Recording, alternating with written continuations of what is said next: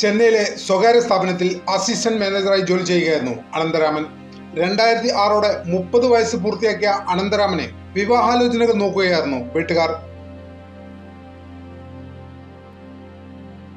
ഏറെ തിരച്ചിലുകൾക്കും കാണലുകൾക്കും ശേഷം അനന്തരാമന് 24 വയസ്സുള്ള ഒരു മെഡിക്കൽ കമ്പനിയിൽ ഉയർന്ന ഉദ്യോഗമുള്ള വിദ്യാലക്ഷ്മിയുമായി വിവാഹം ഉറപ്പിക്കുന്നു.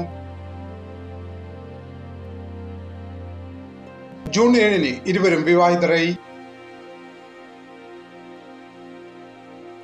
ആദ്യ രാത്രിയിൽ തന്നെ ഇരുവരും ഒരു തീരുമാനമെടുത്തു. തങ്ങളുടെ മധുവിധ ആഘോഷം കേരളത്തിലെ മൂന്നാറിൽ വെച്ചായിരിക്കണമെന്ന് ഇരുവരും തീരുമാനിക്കുന്നു. അപ്പോൾ തന്നെ ഒരു റിസോർട്ടിനെ വിളിച്ച് ബുക്ക് ചെയ്യുകയും ചെയ്യുന്നു. 9 ദിവസങ്ങൾക്ക് ശേഷം, അതായത് ജൂൺ 16 അനന്തരാമനും വിദ്യാലക്ഷ്മിയും ചെന്നൈയിൽ നിന്ന് തൃശൂരിലേക്ക് ട്രെയിനിൽ യാത്ര ചെയ്യുന്നു. തുടർന്ന് അവർ ഗുരുവായൂർ പോവുകയും ഗുരുവായൂർ സന്ദർശനം കഴിഞ്ഞ് 2 ദിവസങ്ങൾക്ക് ശേഷം അവർ മൂന്നാറിലേക്ക് തിരിക്കുകയാണ്. പ്രകൃതി മനോഹരമായ മൂന്നാറിന്റെ ഭംഗി ആസ്വദിച്ചുകൊണ്ട് ആ 2 യുവമിഥുനങ്ങൾ തങ്ങളുടെ മധുവിധു ആഘോഷം ഇതിനോടകം തന്നെ തുടങ്ങിക്കഴിഞ്ഞു.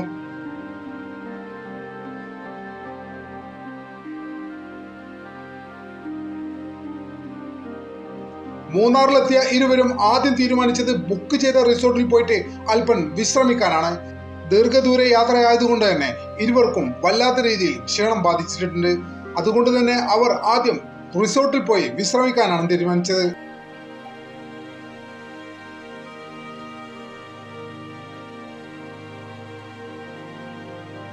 വൈകുന്നേരം ഏകദേശം 4 മണിയോടെ മൂന്നാറിലേക്ക് ഇറങ്ങുകയായിരുന്നു വിദ്യാലക്ഷ്മിയും അനന്തരാമനും. 4:30 കുണ്ടളൂർ ഡാമിലെത്തിയ വിദ്യാലക്ഷ്മിയും അനന്തരാമനും ആദ്യം തന്നെ ബോട്ടിങ്ങിനായി ഡാമിലേക്ക് ഇറങ്ങുന്നു. മനോഹരമായ ഒരു സവാരിക്ക് ശേഷം ഇരുവരും ക്ഷീണിക്കുന്നു. അപ്പോൾ തന്നെ പുൽമേട്ടിൽ കടന്ന് ഭാര്യയോട് ഏറെ സ്നേഹമുള്ള അനന്തരാമൻ അപ്പോൾ തന്നെ അവളുടെ മടിയിൽ തലവെച്ച് ചെറിയൊരു മയക്കത്തിലേക്ക് നീങ്ങുന്നു.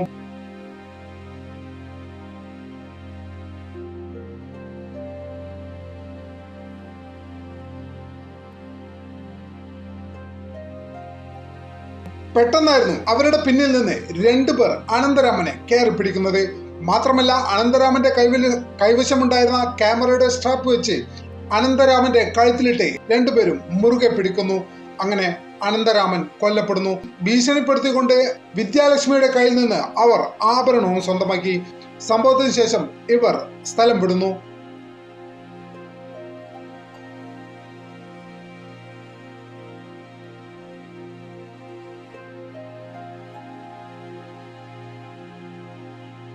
ഈ അവസരത്തിൽ പേടിച്ച് വിരണ്ടുപോയ വിദ്യാലക്ഷ്മി ഉടൻ തന്നെ ഗ്രാമീണരുടെ അടുത്തേക്ക് ഓടി ചെന്നിട്ട് പറഞ്ഞു തന്റെ ഭർത്താവ് കൊല്ലപ്പെട്ടെന്നും തന്റെ ആഭരണങ്ങൾ കവർച്ച ചെയ്യപ്പെട്ടുവെന്നും.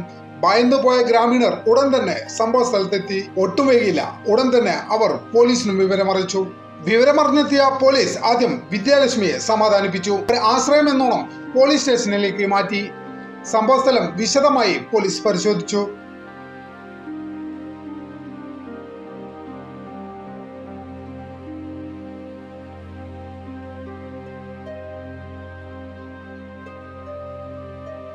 തന്റെ കഴുത്തിലെ ആഭരണങ്ങൾ വലിച്ചു പൊട്ടിച്ചു എന്നായിരുന്നു വിദ്യാലക്ഷ്മിയുടെ പോലീസിനോടുള്ള മൊഴി.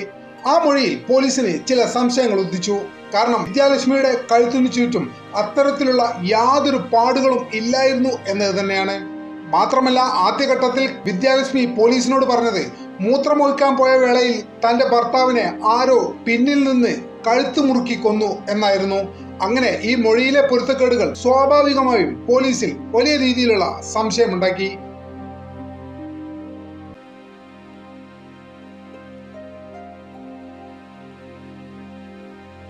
ഇതിനിടയിൽ അൻപഴകൻ എന്നൊരു ഓട്ടോ ഡ്രൈവർ പോലീസുകാർക്ക് നിർണായകമായ മൊഴി നൽകി. തന്റെ ഓട്ടോയിൽ അല്പം മുമ്പ് സഞ്ചരിച്ചിരുന്ന 2 തമിഴ്നാട് സ്വദേശികളുടെ പെരുമാറ്റത്തിൽ അസ്വാഭാവികമായി ചിലത് കാണുന്നുണ്ടോ എന്നായിരുന്നു പോലീസിനോട് അൻപഴകൻ പറഞ്ഞത്. മാത്രമല്ല, അവർ താമസിക്കുന്ന ലോഡ്ജ് എവിടെയാണെന്നും അൻപഴകന് അറിയാമായിരുന്നു. ഒട്ടും വൈകിയില്ല, അൻപഴകനുമായി പോലീസ് ആ ലോഡ്ജിലേക്ക് കുതിച്ചു.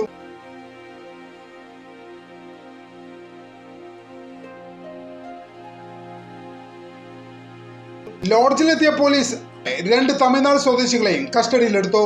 വിശദമായ പരിശോധനയിൽ ഈ 2 പേരുടെ കയ്യിൽ നിന്നും ഒരു ക്യാമറയും കുറച്ച് പണവും കുറച്ച് സ്വർണവും ലഭിച്ചു. അനന്തരാമനെ അപകടപ്പെടുത്തിയത് ഈ 2 പേര് തന്നെയാണെന്ന് പോലീസ് ഉറപ്പിക്കുന്നു. ആ രണ്ടുപേർ അനന്തരാജും കൂട്ടുകാരൻ അൻപുരാജുമായിരുന്നു. ആദ്യഘട്ടത്തിലെ ചോദ്യം ചെയ്യലിൽ പോലീസിനോട് വേണ്ടത്ര ഇരുവരും സഹകരിച്ചില്ല.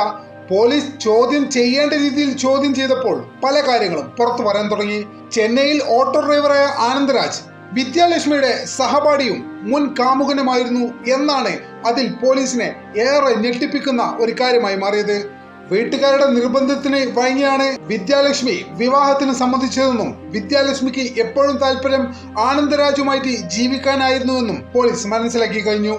ഈ ആഗ്രഹം നിറവേറ്റാൻ വേണ്ടിയാണ് അങ്ങനെ ഇരുവരും നടത്തിയ ഗൂഢാലോചനയുടെ ഫലമാണ് അനന്തരാമൻ വധം. അനന്തരാമനും വിദ്യാലക്ഷ്മിയും ചെന്നൈയിൽ നിന്ന് ട്രെയിൻ കയറിയ ഉടൻ തന്നെ അൻപുരാജും ആനന്ദരാജും ഇവരെ ഫോളോ ചെയ്യുന്നുണ്ടായിരുന്നു. വിദ്യാലക്ഷ്മി തങ്ങളുടെ ഓരോ നീക്കവും യഥാസമയം കാമുകനെ മെസ്സേജിലൂടെ അറിയിച്ചുകൊണ്ടേയിരുന്നു. അങ്ങനെ മൂന്നാറിലെ ഉദ്യാനത്തിൽ വിദ്യാലക്ഷ്മിയുടെ മടിയിൽ തലവെച്ച് കിടക്കുകയായിരുന്ന അനന്തരാമനെ വിദ്യാലക്ഷ്മിയുടെ കാമുകൻ വന്ന് ക്യാമറയുടെ സ്ട്രിപ്പ് കഴുത്തിൽ മുറുക്കി കൊലപ്പെടുത്തുകയായിരുന്നു. മരണവെപ്രാളത്തിൽ അനന്തരാമൻ വിദ്യാലക്ഷ്മിയുടെ കാമുകന്റെ തലമുടി പിടിച്ച് വലിച്ചിട്ടുണ്ടായിരുന്നു.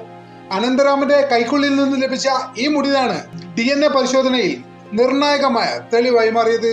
അനന്തരാമൻ കൊല്ലപ്പെട്ട ശേഷം വിദ്യാലക്ഷ്മി തന്റെ ആഭരണങ്ങൾ സ്വമേധയാ കാമുകനും സുഹൃത്തിനും ഊരി നൽകുകയായിരുന്നു.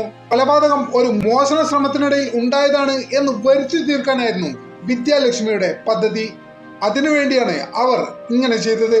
എന്നാൽ മൊബൈൽ ഫോൺ രേഖകളും സാക്ഷിമൊഴികളും ശാസ്ത്രീയ തെളിവുകളും പ്രതികൾക്ക് എതിരായി. വിചാരണക്കൊടുവിൽ വിദ്യാലക്ഷ്മി, കാമുകൻ ആനന്ദരാജിന്റെ സുഹൃത്ത് അൻപുരാജ് എന്നിവർക്ക് കോടതി ജീവപര്യന്തം തടവ് ശിക്ഷ വിധിച്ചു. മേൽക്കോടതികളിൽ ഈ മൂവരും അപ്പീൽ നൽകിയെങ്കിലും യാതൊരു ശിക്ഷ ഇളവും കോടതി അവർക്ക് ഇതുവരെ നൽകിയിട്ടില്ല. കാമുകന്റെയും കാമുകിയുടെയും ദുരാഗ്രഹത്തിന് ബലിയാടാകേണ്ടി വന്നത് ഒരു പാവം ചെറുപ്പക്കാരനാണ്. ഒന്നും അറിയാത്ത ഒരു പാവം ചെറുപ്പക്കാരനാണ്. നമ്മുടെ ചാനൽ ഇതുവരെ സബ്സ്ക്രൈബ് ചെയ്തിട്ടില്ലെങ്കിൽ ഇപ്പോൾ തന്നെ സബ്സ്ക്രൈബ് ചെയ്ത് പിന്തുണ തരണമെന്ന് വളരെ വിനീതമായി അഭ്യർത്ഥിക്കുന്നു. മറ്റൊരു വീഡിയോയുമായി ഒട്ടും വൈകാതെ തന്നെ കാണാമെന്ന പ്രതീക്ഷയോടെ തൽക്കാലത്തേക്ക് ഇവിടെ പറയുന്നു. നന്ദി.